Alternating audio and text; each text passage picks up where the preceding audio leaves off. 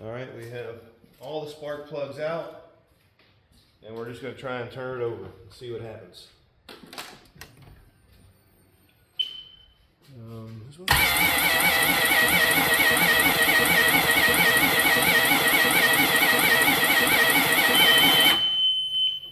Sounds pretty good. Okay, compression test on cylinder 3.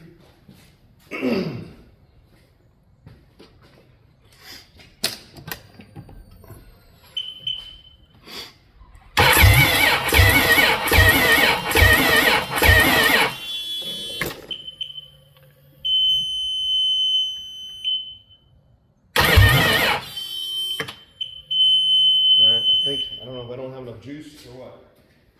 So let's pause for a second. That came out to 100. Okay. We're still on cylinder 3, but I've attached the jump pack to give us some more juice.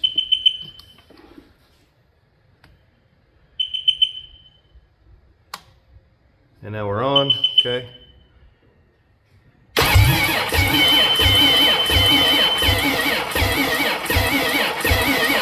I can smell the gas coming out of these two guys.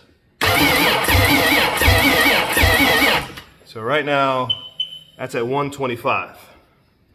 So now let's take it out of this one. Let's do cylinder 2.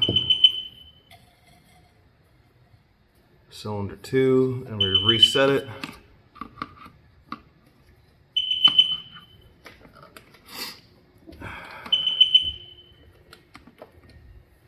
There we go.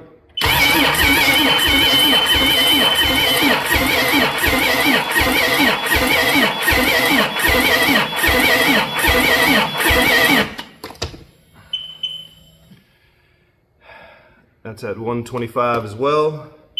124 on cylinder 1.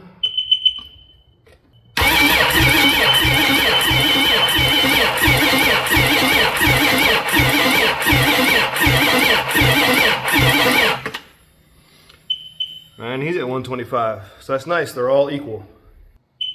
Okay, now I'm going to try and turn it over with one spark plug in, which is that first cylinder, because it starts from the back. So only this one is plugged in with the coil and everything. These two are empty. So I got a little bit. Let's put in this other one, number 2. Still turning over pretty decent. All right, so now 1 and 2 are in.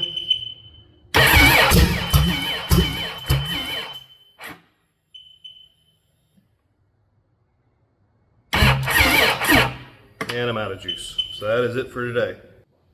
All right, so we're going back to some original tests with spark. So I don't have a good way of getting it on a metal ground, so I have this one on a clip and this one on a copper wire. Let's see if that works. If it's not sparking, we'll go from there.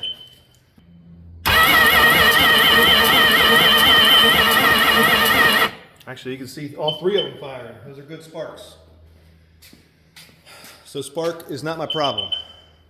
But you can see how slow it's turning over, and it doesn't even have any plugs in it. All right, so the next thing I'm going to test is the resistance between both leads of the injectors. Now, I have seen gas come out of these 2 cylinders. I haven't here, but that may because the battery is dead or I wasn't paying attention. So I think that's going to be cylinders 1 and 2 are good. I don't know about 3, but let's check them out. So we have the multimeter there on 20,000. I don't know what it's supposed to be at, honestly. Maybe we'll move it down a little bit to just 2,000. For resistance, touch the 2 leads. We're at 10, so we already have some. Anyway, well, there's 0.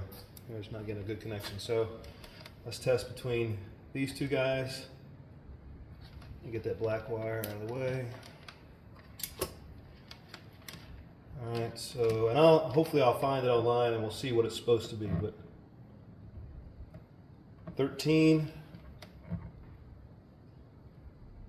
13, hopefully I can do this so you can still see,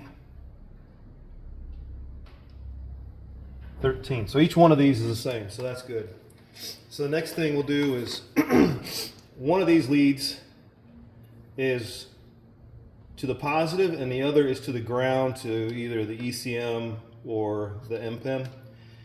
And when it sparks, the ground is always off, and when it sparks, that computer module connects to ground. So always has 12 volts and then connects to ground to make it fire. So all I'm going to do is turn it on, get one of these connected to the ground, and then get one of these connected to one of the two pins, and we'll see which one is positive. Okay, she's on. I got the negative lead going to the negative on the battery. Let's change this over to DC volts. We'll go to 20. Let's see, can we still see that? Yes, okay. So we got a brown and red and a purple and blue. Let's try this one. Okay, 2.6. I don't know if that's what it's supposed to have or not. There we go, 13.3. So the left is ground, I'm guessing, and it just doesn't have a good ground. And then you have 13 volts on the other one. So let's see if this one maintains the same. This one should be 3 or so, 2.6, 13.07. And then, like I said, if we keep, which one is this? Here we go. Keep going the same direction. This being up, this should be 2.6. Yes. 13.3. So all those are the same. I wonder why we don't have a 0 for that ground. I wonder if we should. Instead of having this 2.6. Right? Why do we have 2.6? Almost makes me wonder if that's my whole problem. It's some kind of grounding problem. 2.6. 2.59, which is 2.6. All right.